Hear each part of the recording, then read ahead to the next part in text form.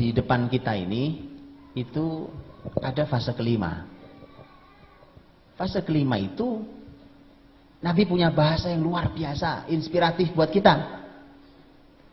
Nabi menyebut kembali dengan istilah khilafah ala minhajin nubuwah. Ya. Persis sama bahasa Nabi itu dengan Nabi menyebut fase 2. Jadi fase 5 yang di depan kita ini sama dengan fase 2. Khilafah ala minhajin nubuwah.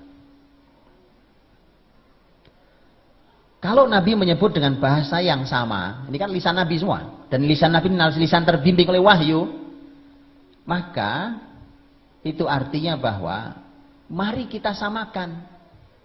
Oke? Yuk kita samakan sekarang nih keadaan kita yang diamanai Allah untuk menghadirkan fase 5 itu. Yuk sekarang kita samakan kita ini dengan fase 30 tahun yang waktu itu dikendalikan oleh para sahabat mulia Nabi SAW radhiyallahu anhu ajma'in. Kemudian juga generasi setelahnya itu generasi tabi'in yang oleh Nabi masih disebut sebagai khairun nasi qarni thummal ladzina yalunahum thummal ladzina yalunahum. Sebaik-baik manusia adalah generasiku, kemudian generasi setelahnya lagi dan generasi setelahnya. Itu masih generasi yang al-masyhud lahum bil khair. Jadi ada inspirasi besar bahwa ini harus menyesuaikan diri hari ini dengan generasi sahabat dan tabi'in. Baru akan hadir namanya khilafah ala minhajin nubuwah. Kalau makanya saya katakan dengan ini bahasa saya, Pak. Saya katakan dengan tegas bahwa mustahil antum ikut aturan Yahudi sampai ke khilafah. Itu mustahil, Pak. Betul kan? Karena khilafah ala minhajin nubuwah itu bahasanya persis sama dengan fase 2. Fase 5 ini fasenya fase 2 sama. Berarti tidak bisa pakai aturan yang lain. Berarti kalau mau menghadirkannya, generasinya harus pakai aturan Nabi sallallahu alaihi wasallam karena bahasanya ala minhajin nubuwah. Umpamanya, mohon maaf, umpamanya hari ini teman-teman saudara-saudara kita yang memperjuangkan kekuasaan termasuk di Indonesia ini melalui partai, umpamanya. Saya hormati, silakan Pak. Ambil kekuasaan itu. Mudah-mudahan antum juga tidak larut dalam sistem yang rusak ini. Perbaiki sistem negeri ini.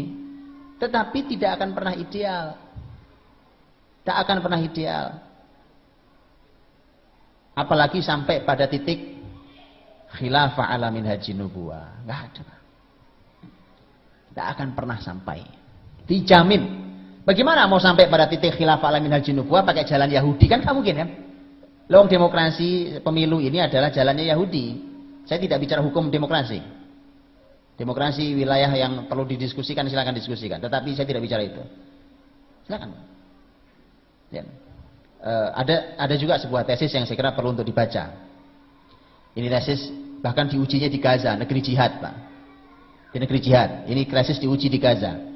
Karena ditulis di Universitas Islam Gaza.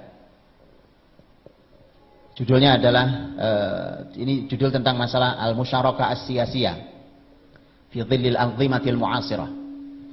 Judul tesis. Dan silakan dibaca. Menarik. Buat bagaimana hukumnya kita hari ini berkompromi politik dengan politik yang ada yang tentu menggunakan sistem Yahudi. Itu dianalisa dengan analisa yang sangat menarik, kuat sekali dalilnya. Salah satu pertimbangan harus dibaca. Tapi bukan itu pembahasan kita. Saya hanya ingin katakan bahwa kalau mau mencapai khilafah ala minhajin nubuwah, tentu jalannya adalah minhajin nubuwah. Jadi jalannya. Nah, maka bukan sebuah kebetulan.